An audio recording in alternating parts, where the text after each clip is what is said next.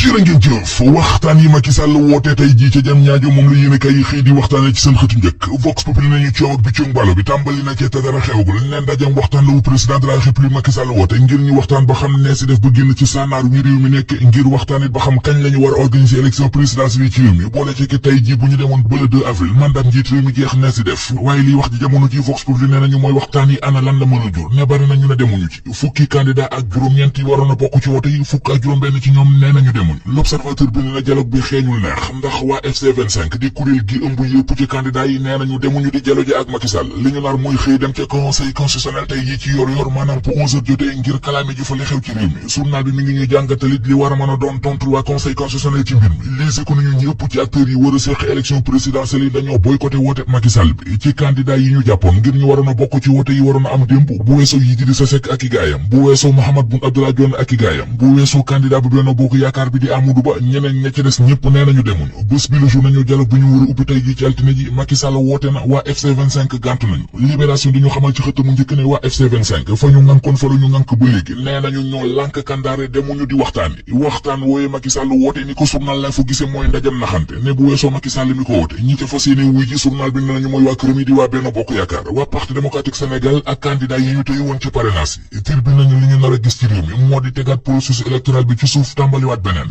anki dine kay dolli ñu ci ne acteurs yi ci géopolitique bi tey la ñu gën a wute gis-gis ak taxawaay ci processus électoral bi moom enquête mi ngi ñuy fàttali ne ci fukki candidat ak juróom-ñeent yi waa conseil constitutionnel jàppoon ngir ñu bokk ci élection présidentielle yi fukk ak juróom-benn ci ñoom nee nañu na leen ko Macky Sall jéggal maanaam bañ nañu ne duñu dem bokk ci waxtaan yi léegi ko mi ngi ñuy xamale jur na ak réeru xaat ci mbokk Ousmane Sonko yi mu di parti Pastef gi woon Imam Dramé nee na li mu jàpp mooy waa parti Pastef dañoo war a dem wuji ca dialogue ba Ousseynou Ly di ñu xamal ne am na ñu fara ci opposition bi ci réew mi ak ñu fara ci société civile bi ñoo xam ne Macky Sall des ci bopp réew mi moo leen gënal réew mi di mujj ci loxoy Ousmane Sonko mbaa ci loxoy Bassirou Diomaye Faye élection présidentielle yi waroon am démb ci réew mi te amul Le Quotidien moom la xëyee ak vote symbolique bi nga xam ne yenn ci candidat def nañu ko nee nañu ay wote amu fi waaye ñoom wote nañu ba def lu ñu tuddee deuil électoral réew mi Quotidien nañu bésub démb bi dee su ko fàtte 25 février gravé en noir journal bi boole kook photo Khalifa Sall bu muy woote moom Khalifa Ababacar Sall borom taxawu direct news xëy na di ko woo ci xëtamu njëkk journal bi nañu keroog 22 février 2024 dañoo bindu ne Khalifa Sall ñaari nationalité la yor bu Sénégal ak bu France waa këram yi génne woon ab document bu wérul ngir doon ko weddi faxas gi ñu doon faxas tuuma yi journal bi nee nañu dafa ñëw gën a yokku jeexi jaaxa yi moo waral ba journal bi di direct news di sàkku ci moom Khalifa Sall mu génnee décret bi firndeel na delloo na nationalité France am